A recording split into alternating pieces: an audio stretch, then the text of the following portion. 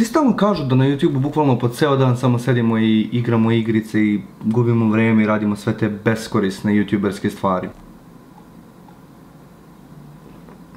Međutim, ja sam malo pričao s vama koji dolazite na Skoki YouTube kanal i ljudima koji bleje na našem Discordu i shvatio sam da ljudi rade mnogo više stvari izuzev gaminga i kada su na YouTubeu. Crtaju, čitaju, prave stripove, istražuju stvari, uče istoriju, gomilu cool stvari. I onda sam pomislio da bi bilo cool da probamo da radimo na YouTubeu nešto što pokazuje u stvari koliko smo mi weird. I shvatio sam da ćemo zajedno da čitamo.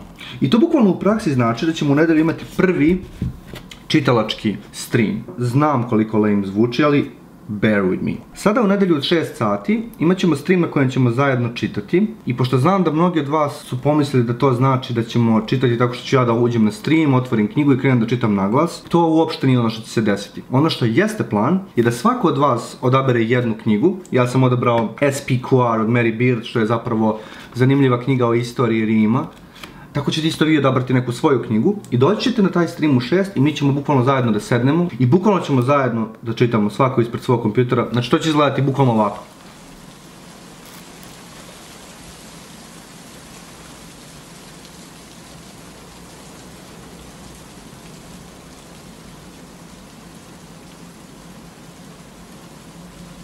Ok, kapirate već, znači bukvalno ćemo to da radimo nekoliko sati. Da ne bi bilo bukvalno samo čitanje i tišina i taj čudni, svakako će biti čudno, odmah da kažem, ali taj čudni koncept streama, imat ćemo u suštini slotove. Pola sata će biti vreme za čitanje, 10 minuta vreme za četovanje i razgovor na streamu. I onda ćemo tako raditi pola sata, 10 minuta, pola sata, 10 minuta, pola sata, 10 minuta. I koliko god nam bude zanimljivo. U suštini za kraj ono što možete da uradite je da pozovete svoje drugare, koji inače ne bleje često na streamovima i uopšte im nije jasno zašto bi neko gledao nekoga kako igra igrice, i da mu kažete ili njoj da ponese neku knjigu, da se pripremi, da spremi neki čaj, grickalice i ne znam ti ja šta, i da se nacrta u 6 sati na YouTube kanalu, kada ćemo bukvalno krenuti zajedno da čitamo. Koliko to čudno zvuči. Ali bukvalno ako ne probamo nećemo znati da li funkcioniše, zar ne? Ne vidim šta je najgore što može da se desi. I za kraj pišite mi u komentarima šta ćete vi čitati sutra u 6, koju knjigu ste pripremili i lajkujte ovaj video ako mislite da treba što više ljudi da vidi ovu stvar i da nam se pridruži sutra. Podelite ga sa prijateljima koji vole da čitaju, ali često ne nalaze vremena za to,